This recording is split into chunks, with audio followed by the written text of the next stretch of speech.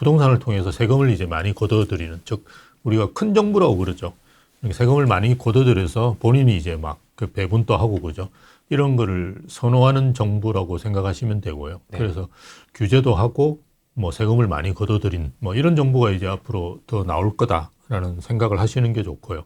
현재도 이제 규제가 강합니다. 그 이유는 이제 윤석열 정부 들어서 한 3년 정도 가까이 됐지만 규제를 해제를 거의 못했거든요. 그 국회를 넘어야 되는데 대부분 법을 바꿔야 되는 상황이죠. 그래서 하지를 못하고 이제 그냥 끝나버렸다 보니까 뭐 겨우 대통령령 정도로만. 시행령으로 할 수 있는 거는 조금 했지만 네. 핵심적인 거는 하지를 못했죠. 그래서 문재인 정부 때의 부동산 정책이 사실은 거의 개선되고 있다라고 보시는 게 맞는데 예. 시행령으로 이제 좀 개정한 사항들이 몇 가지 있죠. 공정시장 가액 비율이라든지 공시가 현실화율 자체를 낮춘다든지 이렇게 해서 우리가 세금을 적게 내고 있거든요. 맞습니다. 근데 그런 것들도 이제 아마 원상태로 돌아가지 않을까 이렇게 보시는 게 맞고요. 그래서 어쨌든 문재인 정부 때의 세금이라든지 부동산 정책을 많이 활용할 거다. 그래서 조금 이제 예상해 볼 수 있는 새로운 규제, 뭐 기존의 규제는 그대로 적용된다라고 생각하시면 되는데요. 새로운 규제는 예전에 이제 우리가 15억 이상 되는 아파트는 대출을 안 해줬거든요. 아예. 맞습니다. 예, 아예 근데 안 해줬죠. 이번에는 한 20억 정도, 좀 올랐으니까 그동안 그죠. 그래서 한 20억 정도 되는 거는 그걸 이제 고가주택에 대한 그죠 대출 금지였는데 고가주택에 대한 대출 금지 같은 거는 나올 가능성이 좀 있는 것 같고요. 생각해 보시면 문재인 정부 때는 모든 지역이 거의 규제 지역이다. 라고 생각하시면 됩니다. 그게 이제 투기과열지구 조정 대상 지역이었죠. 그래서 지금은 우리가 그 투기과열지구라든지 토지거래 허가제가 강남 3구하고 용산만 적용이 되는데 이게 넓어질 가능성은 분명히 있다. 그래서 1차적으로 우리가 국평이 20억 넘은 데들, 마포, 뭐 성동, 강동, 뭐 광진, 동작, 뭐 이런 데들 그죠? 이런 데들이 규제 지역에 추가적으로 지정될 가능성이 있다. 그리고 우리가 수도권 쪽에서는 과천, 지방은 지금 난리가 난 세종. 그죠? 이런 데는, 예, 세종은 예전에 지방에서 상당히 일찍, 그죠? 맞습니다. 예, 지정을 했습니다. 그래서 아마 그런 지역이 지정될 가능성이 있다. 그걸 염두에 두시고 저는 좀 뭐 움직이시는 게 예, 좋지 않을까라고 생각되고요. 네. 그 다음에 사기 신도시는 한다고 했으니까. 사기요? 또 뭐, 예. 이게 맞는 건가 모르겠습니다. 그러니까 제가 살아있는 동안 또 오기가 나올까 걱정인데요. 예, 그래서 사기 신도시는 예, 공약상에 지금 들어있기 때문에 아마 네. 뭐 어떤 형태든지 예, 할 가능성이 있다고 보고요. 또 하나는 이제 저희가 제일 우려하고 있는 계약갱신 청구권. 처음에는 무제한 10년. 10년. 그것도 반응이 별로 안 좋았죠. 네. 이제 그러면 8년, 6년. 예, 뭐 6년 정도, 한 번 더 정도. 그거는 할 수 있지 않을까. 그렇게 우리가 좀 예상을 해보고 움직이시는 게 좋지 않을까. 저는 그렇게 봅니다. 만약 민주당이 다시 정권을 잡으면 네. 문재인 정부와 유사하게 가지 않을까. 저도 그렇게 생각하고 있습니다. 지금 보면 세수가 많이 부족하거든요. 그 세수 확보 차원에서도 아마 문재인 정부가 따라가지 않을까 싶고요. 네. 아마 세율은 바꾸지 않을 것 같아요. 근데 집값이 지금 많이 올랐잖아요. 네. 중부세 같은 경우에는. 네. 그래서 아마 집값이 올랐고 또 하나가 공정시장 가액 비율 자체가 문정부 시대에는 100%였거든요. 근데 윤 정부 들어와서 한 60% 낮춰줬거든요. 민주당이 다시 집권하면 다시 100% 올리면 그러면 집값도 올라갔죠. 비율도 올리죠. 많이 거둘 수 있지 않을까. 저는 그렇게 생각합니다. 근데 진짜 이거 네. 올리다 보면 네, 현실화 하다 보면 진짜 종부세 장난 아니거든요. 그러니까요. 그래서 그 주변에 막 1, 2억은 그냥 뭐 그냥 나왔었거든요. 막 다 1억 지우려고 그랬거든요. 힘들어가지고. 강남에 거주하시는 분들 중에 1억 내시는 분은 아주 많고요. 네. 제가 이제 어느 정도 이제 그냥 직장 생활 하시면서 정말 버티시는 분 중에 제일 많이 이제 내신 분이 한 3억 정도 내신 것 같아요. 3억? 한 세 채 가지고 있으셨다고 합니다. 문재인 정부 때 2021년 뭐 요 정도 시점이었겠죠. 한 3억 정도 내셨는데 제가 물어봤어요. 지금 얼마 내시냐? 5, 6천 정도 내신대요. 와. 네, 그러니까 거의 한 5, 6배가 나올 가능성이 있다. 네, 그렇게 그냥 생각하시는 게 제가 볼 때 편하시고 거기에 맞춰가지고 이제 뭐 예전에도 제가 나왔을 때 그런 말씀드렸지만 전세로 지금 그렇게 임대를 하시는 분이 여전히 이제 강남에 많거든요. 네. 그걸 이제 보증부 월세라든지 그죠? 이런 식으로 그래서 월세로 조금 바꾸시는 것이 지금부터 이제 좀 좋지 않을까. 그래서 그 월세를 이제 그냥 세금으로 계속 월세는 내시고 시세 차익만 이제 내 거다. 월세는 내 거 아니다. 이제 이런 유로 가셔야 되지 않을까. 본인 의지와 상관없이 세금 때문에 월세로 바꾸게 되는 경우. 그렇죠. 약간 우픈 예. 상황이네요. 그래서 앞에서도 이제 서 전무님 말씀하셨지만 아무것도 안 바꾸고 그냥 공정시장 가입 비율이나 공시가 현실화를만 바꾸면 되거든요. 그래서 뭐 법을 바꾼다 이러면 또 뭐 시끄럽고 그죠? 이러니까 그냥 간단히 뭐 사실 시끄럽지도 않을 것 같아요. 이제는 그 국회도 뭐 장악하고 있고 행정부도 장악하면 그냥 할 수는 있지만 그래도 좀 부담되는 부분이 있으니까 그런 법을 안 바꾸고도 당장 이제 5배, 6배로 올릴 수가 있거든요. 이제 그런 정책들을 하지 않을까라고 생각하시는 것이 좋지 않을까. 전문님, 세수가 네. 진짜 부족합니까?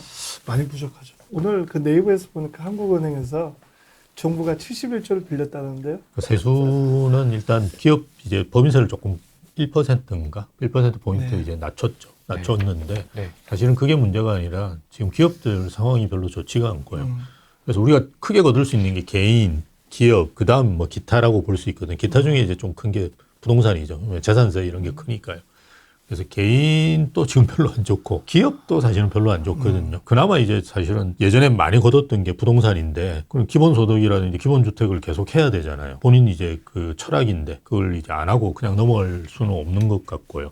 그렇다 그러면 사실 돈 나올 때가 법인세를 올릴 수는 있겠죠. 예, 뭐 1, 2% 정도 올릴 수도 있겠지만 이게 뭐 어느 정도 될지 저도 의문인 게 이게 기업이 좋아야지 사실은 기업이 좋으면 법인세를 안 올리더라도 괜찮거든요. 근데 이게 기업이 안 좋으면 이제 법인세를 올리더라도 사실 한계가 있을 거고요. 근데 어쨌든 법인세 올리고 개인은 이제 못 올리죠. 본인들 표밭이니까 특히나 우리나라는 한 38% 정도가 세금을 하나도 안 내거든요. 맞습니다. 이걸 건드릴 수가 없잖아요. 다 자기 표밭이기 때문에. 그래서 법인세 올리고 그다음에 부동산 요 두 가지죠. 그래서 법인세는 이제 법인이 잘 돼야지 사실은 올리는 만큼의 효과가 있고요. 부동산 세금은 이미 많이 올랐기 때문에 사실은 공정시장 가입비율이랑 공시가 현실화만 조금만 높이더라도 세금이 확 들어와요.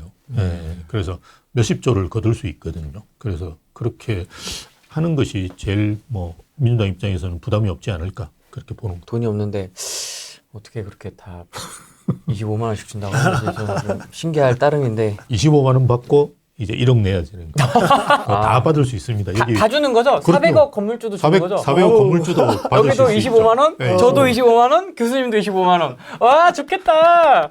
와 행복하다. 그걸로 과자 사 먹어야지. 그리고 1억 내요. 우리 1억은 아니겠지만 뭐 25만 원 받고 몇백만 원은 최소 지금 서울에 집 있는 분들은 정말 몇백만 원은 내셔야 되죠. 왜 주는지도 모르겠고. 취득세, 보유세, 양도세가 이렇게 각각 있지 않습니까? 예. 그러면 각각 좀 어떤 변화가 좀 있을 거라고 보세요? 취득세 같은 경우에는 지금 다주택자가 지금 벌써 중과세를 하고 있습니다. 예. 뭐 2주택자 같은 경우는 8% 하고 있고요. 3주택자 같은 경우는 지금 12%를 하고 있기 때문에 네. 취득세는 아마 뭐 세율 더 올리지는 않을 것 같습니다. 그리고 종부세 같은 경우에는 공정시장 가액 비율을 일단 올릴 거라고 저는 예상하고 있습니다. 지금 윤 정부에서 60%인데 이것도 정권이 바뀌면 100% 올라가지 않을까. 그러면 세율을 안 올리고도 종부세를 많이 거둘 수 있지 않을까. 아, 종부세가 크다. 종부세 크죠. 진짜 이거는 네. 진짜 건드릴 것 같은데. 양도세 같은 경우에는 지금 26년 5월 9일까지 한시적으로 지금 대통령 시행령으로 지금 중과를 지금 배제시켜 놨거든요. 맞습니다. 네. 근데 26년 5월 9일이 지나면 아마 이거는 연장해 주지 않을 것 같아요. 그러면 2주택자부터 중과세율이 지급되고 장기보유 특별공제도 안 되면 네. 아마 세금 폭탄 맞지 않을까. 점점 똘똘한 채로 가지 않을까 싶습니다. 그러면 26년 5월 9일 지나면 음. 안 팔지 않을까요? 그러니까 매물이 네. 급격하게 줄어들겠죠. 예. 네, 최근에 우리 토지거래 허가제 지정하면서 느껴보셨을 겁니다. 토지에 이제 하자마자 매물이 확 사라졌거든요. 네. 그러다 최근에 다시 조금씩 나오고 있는데요. 그래서 규제를 해서 조건을 붙이는 거죠. 너가 2년을 살아야 된다. 또는 뭐 팔면 뭐 어떻게 하겠다. 이런 조건이 붙으면 그때부터 이제 매물이 사라지죠. 근데 양도세 중과는 잘 아시다시피 최고세율이 82.5%. 그러면 10억기 양도차익이면 1억 얼마 남죠. 네. 그러니까 이제 팔 수가 없거든요. 예, 가진 분들. 왜냐하면 이게 팔아도 이득은 남는데 대부분이 보면 이제 우리가 앵커라고 그래가지고 생각하는 시점 자체가 옛날 10억일 때를 자꾸 생각하잖아요. 그래서 절대로 1억, 2억을 손에 쥐는 걸로 해서 양도세를 이렇게 하지는 않을 거예요. 그러니까 이제 안 팔고 이제 걷어들이는 거죠.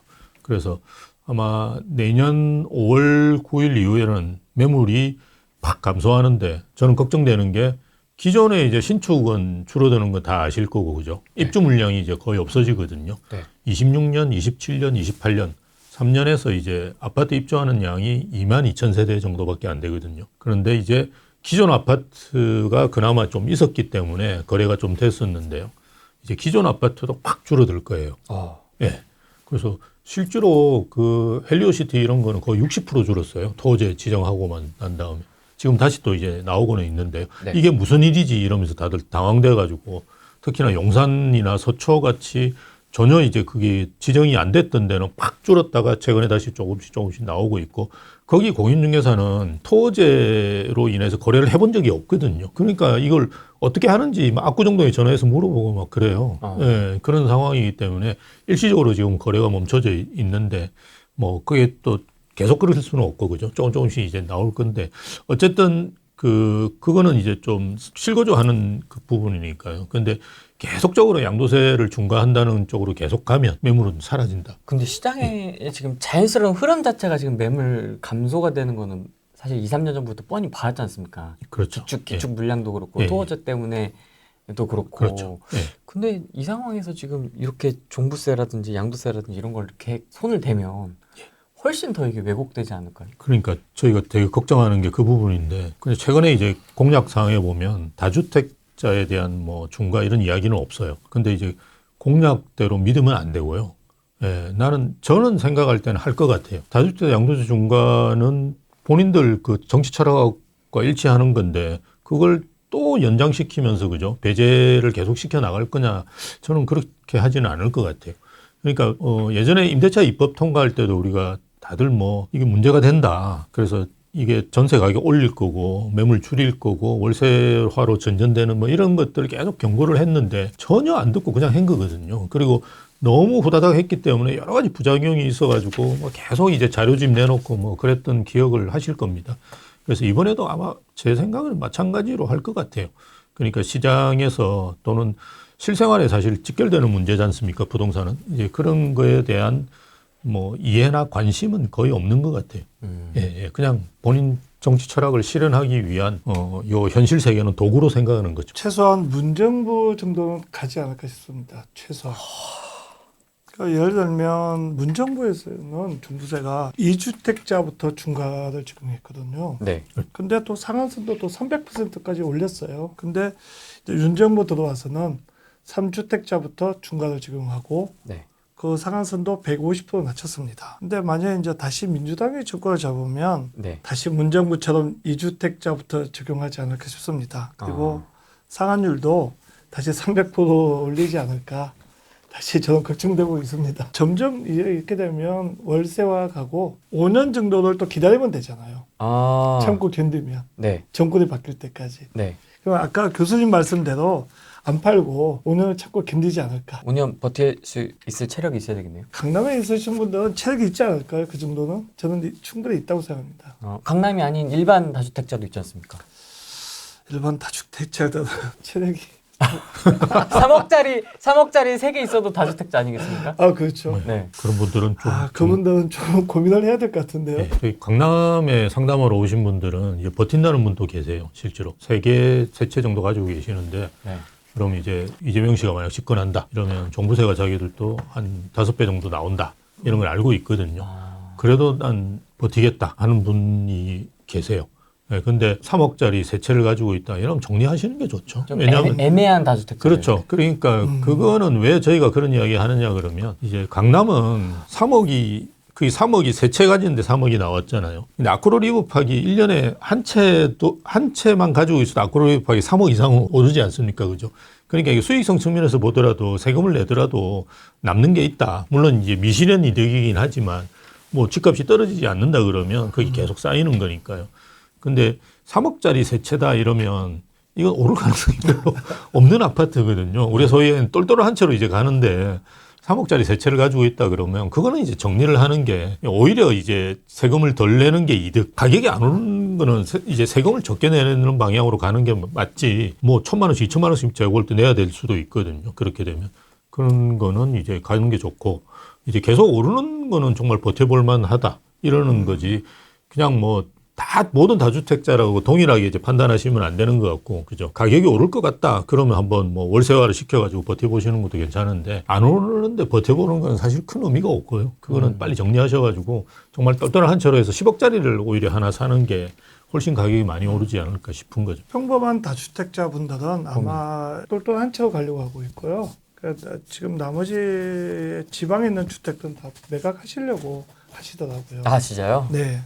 다들 그래서 준비하고 있어요. 상담하시는 분들 보면 진짜 똘똘한 채 1세대 1주택 비과세 받을 수 있는 방법을 많이 물어보세요. 서울에 있는 거를 자꾸 살려고 하는 추세가 크죠. 네. 그래서 저도 이제 새로운 수요라 그래가지고 가격에 전혀 고려하지 않으면서 사는 사람, 그런 사람 많습니다. 그죠? 70억 이런 게 30평에 나온다는 것 자체는 네. 일단 가격을 고려하지 않고 사는다는 말이거든요. 그게 네. 오른다고 얼마나 오르겠습니까? 그죠? 근데 난 상관없다는 거죠. 그냥 난 그게 필요하다는 거죠. 이런 사람들이 최근에 많이 생겼고요. 예전에도 있었어요. 근데 정말 예전에는 보기 힘들었는데요. 이제는 아주 흔하게 강남에서는 볼 수 있다라는 게 이제 바뀐 거고요.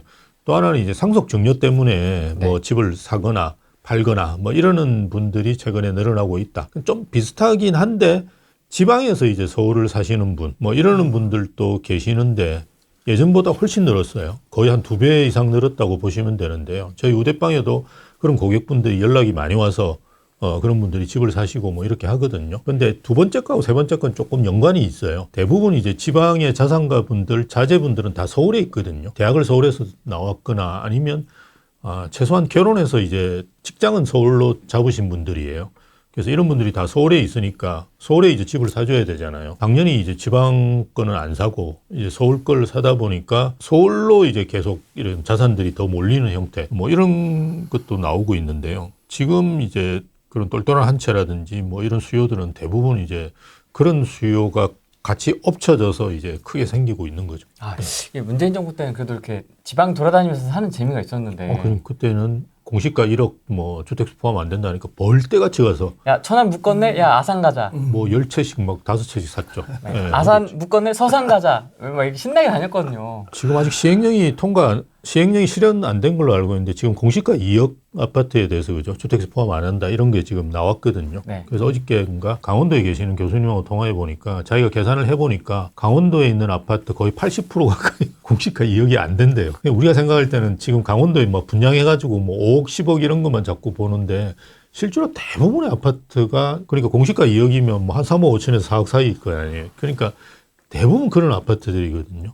그래서 공시가 2억 정도 해서 막 또 내려가서 살 건가? 그렇게는 저는 안 봐요. 교수님하고 그렇게 이야기하는데 일단 너무 많고 지방에 공시가 2억만 되면 너무 일단 많다. 예전에 공시가 1억이면 찾기 힘들어가지고 막 가가지고 서로 살려고 막 그랬잖아요. 근데 이제는 수요보다 공급이 너무 많은 거예요. 그래서 공시가 2억 아파트가 이제 시행령이 실행되더라도 지방이 그렇게 내려가서 사겠냐? 내가 샀을 때는 01이한데 내가 팔 때 되니까 이게 넘지 않습니까? 그렇죠. 그러니까 받아줄 사람이 없는 거예요. 예, 맞아요. 그런 문제도 있고. 네. 그래서 어쨌든 지방도 지금은 좋은 데는 조금씩 움직이고 있거든요. 저도 이제 그 부산에 있는 저희 제자분들하고 이렇게 통화해 보면 전세는 지금 찾기 힘듭니다. 이럴 정도니까요. 지방은 일단 전세가 치고 올라가면 매매를 올리거든요. 네. 그래서 그런 분위기 좋은 데도 있긴 한데 우리가 집을 사면 어쨌든 뭐 이게 1년 내에 팔 건 아니니까 장기로 본다 그러면 지방은 별로 좋지는 않죠.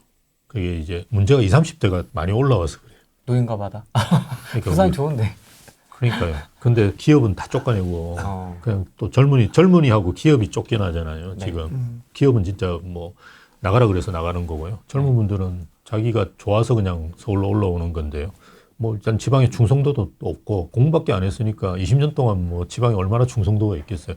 제 또래 되면 지방에 있는 친구들도 안 올라오려고 해요. 애들은 다 서울에 있거든요. 네. 그래도 그냥 부산에 있으려고 하거든요. 그건 60년 살았기 때문에 떠날 수가 없어요. 이제 모든 네트워크가 지방으로 다 돼 있기 때문에 자기가 서울에 올라오면 재미가 없어요. 일단 나이 들어가지고 직장도 없는데 재미도 없으면 어떡해요. 그러니까 그냥 있는데 젊은 친구들은 뭐 그런 충성도가 없잖아요. 그러니까 그냥 막 올라오거든요. 그래서 젊은 친구 올라오고 기업 올라오는데 지방의 부동산이 괜찮을 거다. 그건 생각이 쉽지가 않죠. 장기적으로 힘들죠. 네. 집값이 6월 3일 이후 새로운 정부가 들어서고 나서 네. 뭐 강한 규제를 하겠지요. 네, 저는 그렇다고 생각합니다. 네, 그러면 올해 하반기 내년까지 좀 어떻게 될 거라고 보십니까? 수도권 기준으로?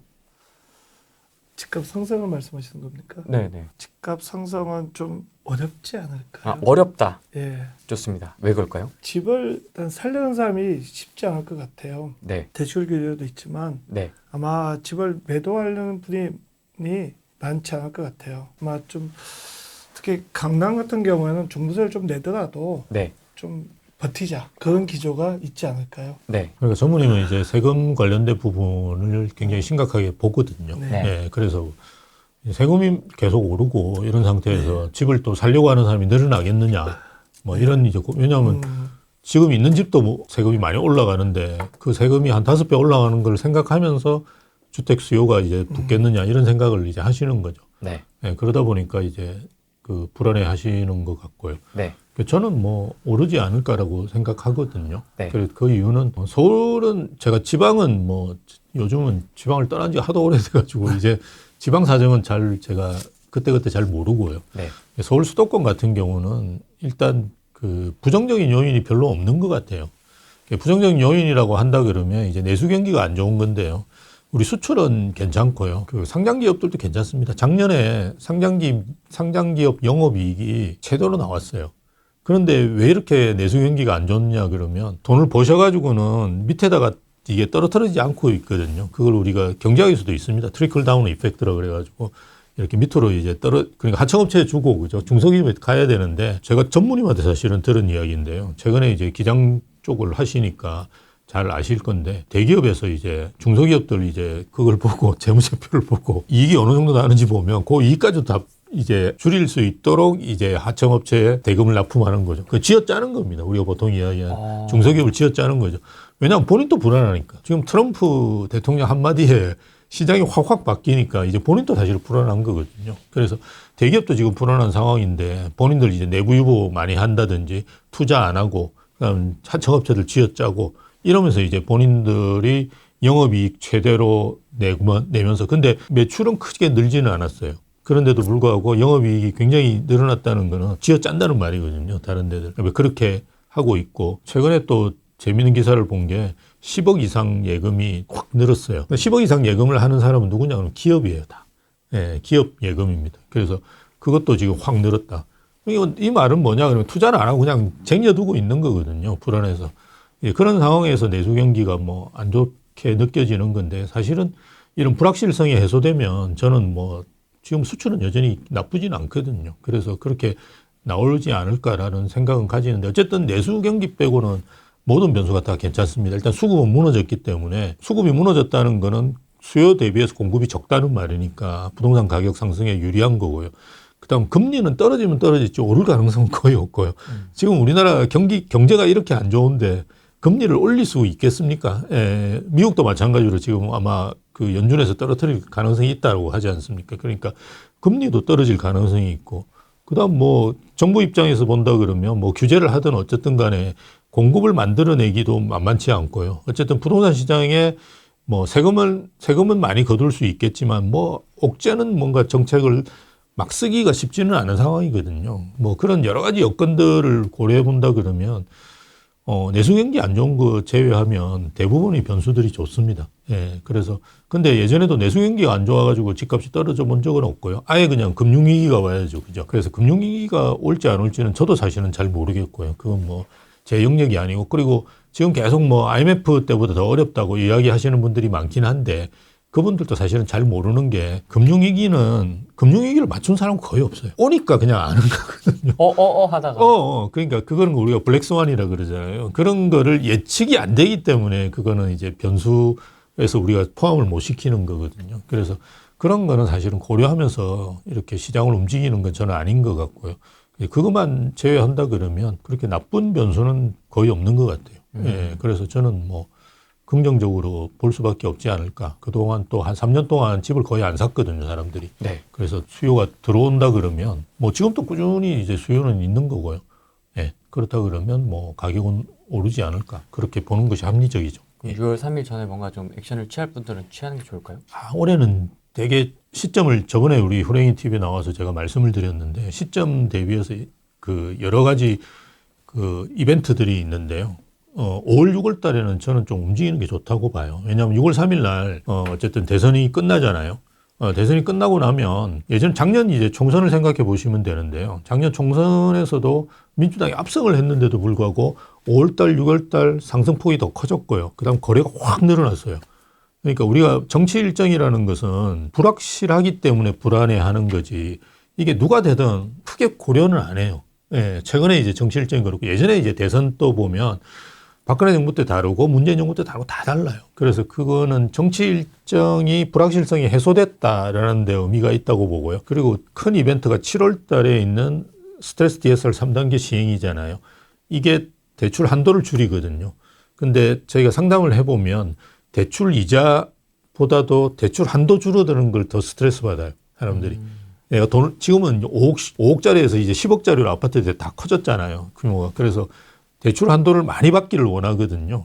예. 그래서 뭐 0.1%포인트 자기가 손해를 보는 한이 있더라도 대출 한도를 더 받기를 원하기 때문에 7월 전에 움직일 거예요. 그래서 5, 6월 달에 대통령 선거하면 지금 공약 사항에 나와 있듯이 싫은 소리 안 하거든요. 다 좋은 소리만으로 포장하지 않겠습니까? 그죠? 내가 집권하면 뭐 기본 소득세를 만들어 가지고 1%씩 더 거두겠습니까? 거두겠습니다. 이렇게 이야기 안 하잖아요. 나중에 할지라도. 그래서 좋은 이야기만 계속 할 거예요. 그럼 뭐 분위기도 괜찮아지고 거기다가 사는 사람들은 시장에 들어와서 살려고 할 거고 그죠. 그래서 5, 6월 달에 저는 거래가 좀 늘어나지 않을까. 최근에 저희 우대방에서도 거래가 조금씩 늘어나고 있어요. 그래서 그렇게 움직이지 않을까. 대신에 이제 유의하셔야 될 점은 6월 3일을 집권하면 9월 정도에 규제가 나올 가능성은 아주 높다. 그 전에 움직이시는 게 좋다. 예, 규제가 나오면 또 팍 시장은 얼어붙거든요. 네. 그러다가 내년 초부터 또 좋아지겠지만 규제의 효과라는 게 한 3개월, 6개월 정도밖에 안 되니까요. 그래서 지금 사시는 분도 5, 6월 달이 괜찮고 파시는 분도 5, 6월 달이 괜찮지 않을까. 물론 우리가 강남 상고나 용산구 이런 데는 뭐 좀 더 많이 오를 수도 있지만 여타 지역들은 아직까지 그렇게 오르지는 않았거든요. 그래서 그렇게 움직이는 게 저는 좋지 않을까 싶습니다. 민주당 쪽은 정리가 됐는데도 후보가 예.